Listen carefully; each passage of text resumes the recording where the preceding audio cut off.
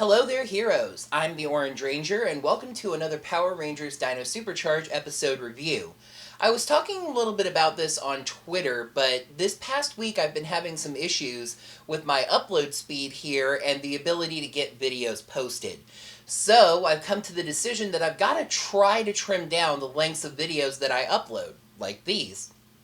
In the past, I've raised the possibility of cutting the recap section from these reviews and just doing the pros and cons and the score.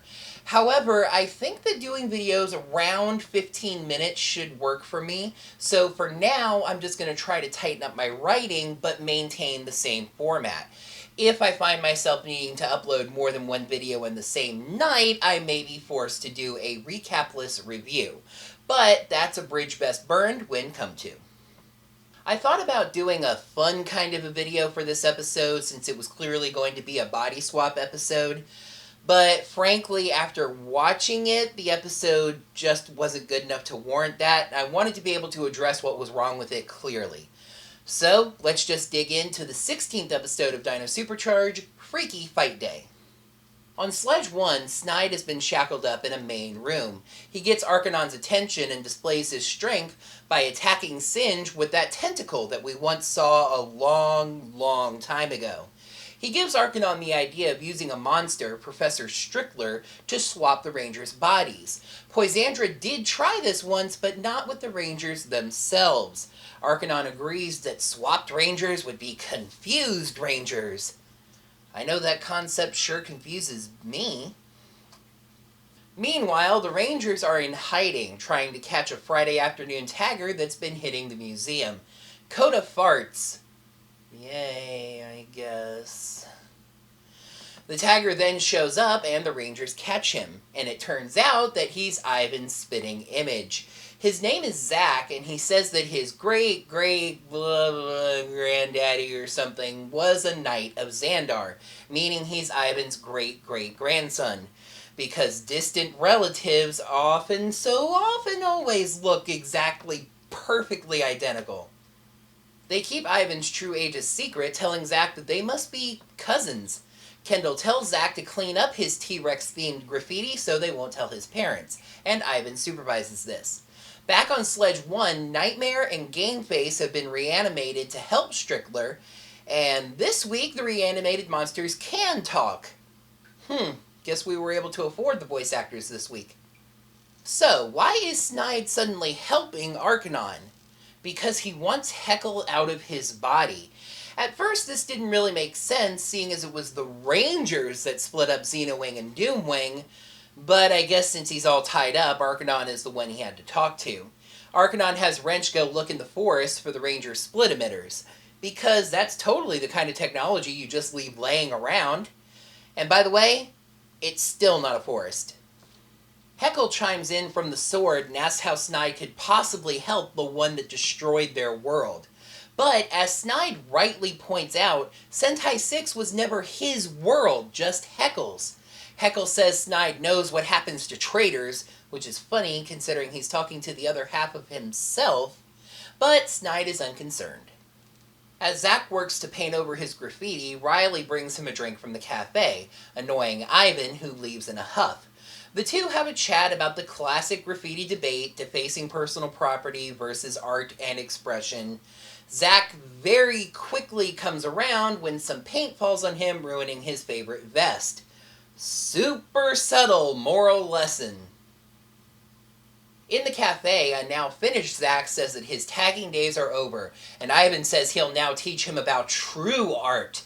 He shows him a painting of the Knight of Xandar on a horse, and Zach takes inspiration. However, he makes the painting over into graffiti style and replaces the horse with a motorcycle. Ivan absolutely hates it and says that it's not art. Zach is insulted, taking the painting and leaving. Riley shows up and reminds Ivan that they need to get to the episode's B-plot. You know, the part with the monsters and the morphing and the such. The other four Rangers get to the monsters first, and they use the Switch Eraser to swap their bodies. Tyler for Shelby and Coda for Chase. I'm just going to mention this once right now, but throughout this entire episode, the Rangers' bodies speak with their swapped voices, which is not how voices work. Same lungs, Same vocal cords, should be the same voices. The Rangers summon their weapons but get confused about how they work in their swapped bodies. Really now? 3 of these weapons are melee weapons, aka hit the thing with the thing! Coda throwing the parachopper is the only one that made sense. The other 3 should have been fine. Ivan and Riley show up and also get swapped. However, they both specialize in the same weapon, swords, so they don't have the same problem. Actually, though, they could have done something with Riley not being sure how Ivan's morpher works, since it's different than the others. But they didn't. Oh well. The monsters retreat. Back at the lab, for some reason the Rangers have changed into each other's clothes. I'll admit that it was neat seeing the characters in different colors, but there's really no reason for them to do this. As the gag with Shelby shows, their clothes are not going to fit each other. I think it was just a visual tool to help the audience realize who was who. Riley took out the trash and found the painting which Zach had thrown out. Ivan trashes it verbally, but everybody else thinks it's awesome. Keeper's moral of the day senses were tingling, so out he trots to state the moral of the episode, that just because Ivan doesn't like it doesn't mean that it's not good. And as a bonus, we now have Xenowing here to just state it even more plainly. I will admit that it was kind of interesting and funny to have this scene happening with Ivan and Riley swapped, since they had had opposite opinions on this. Ivan understands and goes to talk to Zach. But in Riley's body, this turns out to be a really awkward conversation about lime and strawberry smoothies and who likes what. Riley gets a red alert on his Dinocom, which is how they've done the alerts in every episode this season. Except, for every episode but this one. The Rangers head back to battle and have actually a pretty neat roll call where they call out their real names and get different colored smoke clouds behind them showing their real colors. However, for once, the monsters don't just stand there and listen, as Nightmare burrows underneath them and pops out on the other side, swapping them around some more to confuse them even further. Chase is now green, Ivan blue, Shelby gold, and Riley red. For some reason, Tyler and Coda don't get switched, staying pink and black. The Rangers decide to get clever. If they just can't get used to hitting monsters with anything but their specific weapon, then they'll just switch up to the weapons that they like. How very super megaforce of them.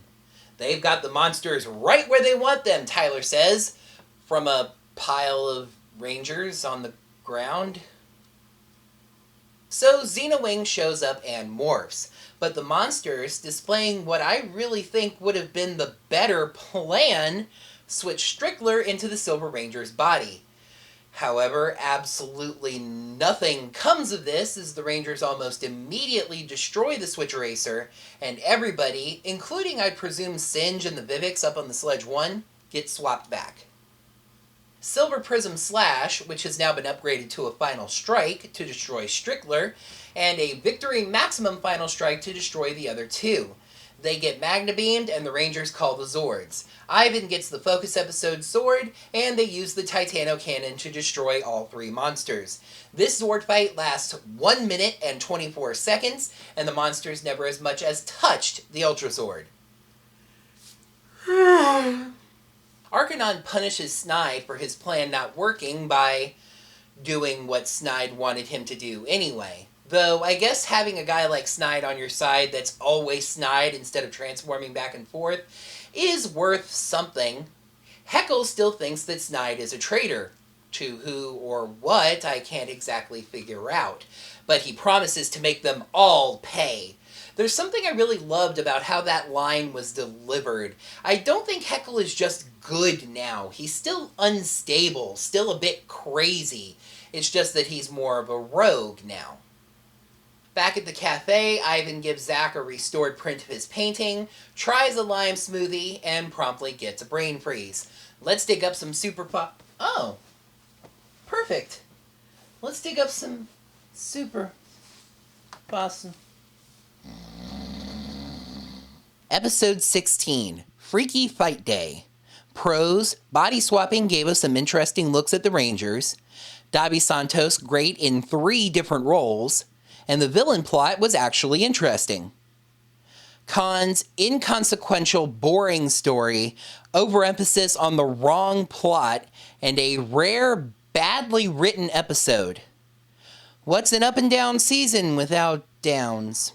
Freaky Fightday gets 1.5 super fossils out of 5.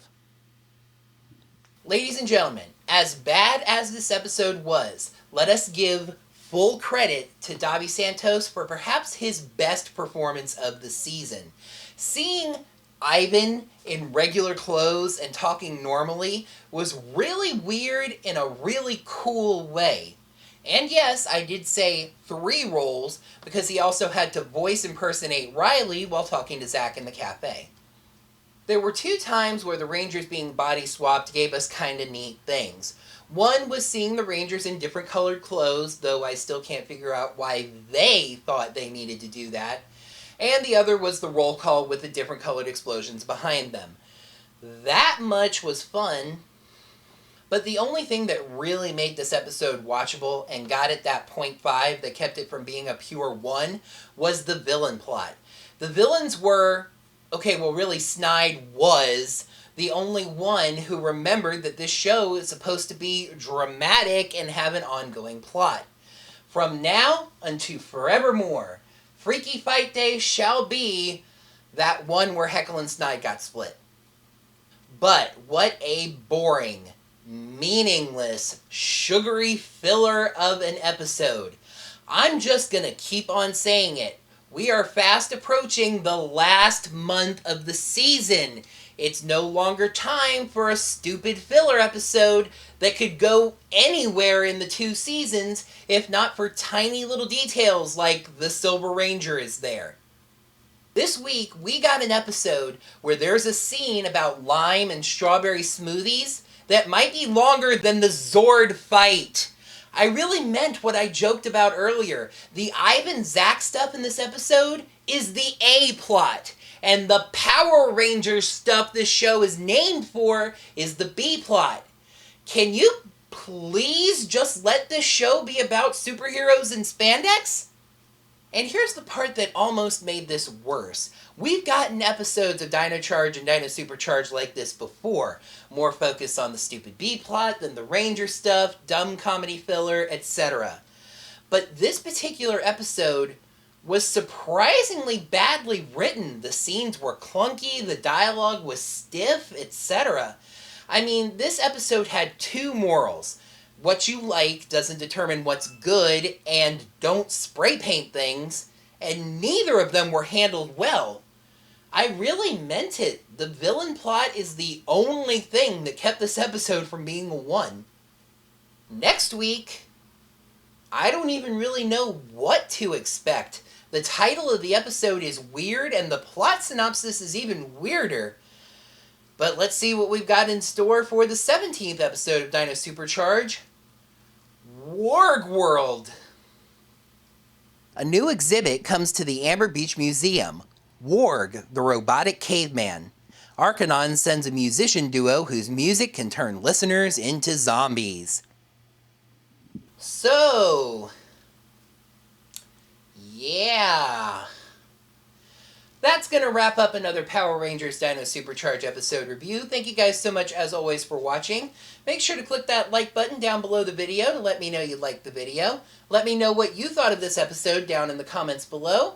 And make sure to subscribe to the channel to see all the geekiness whenever I post it.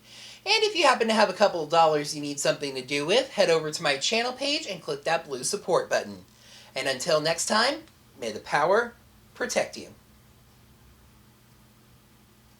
On Sledge 1, he gives oh boy.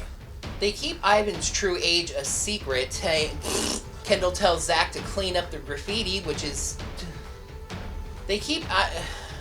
For some reason, the Rangers have changed into each other's clothes. Wow. I'll admit it was kind of neat seeing them in their different colors. Riley took out the trash and found Zach's painting. Though, I guess having a Snide on his side that is always Snide is better. I don't think Heckle is just good now. He's still unstable. He's still not quite right. Fight!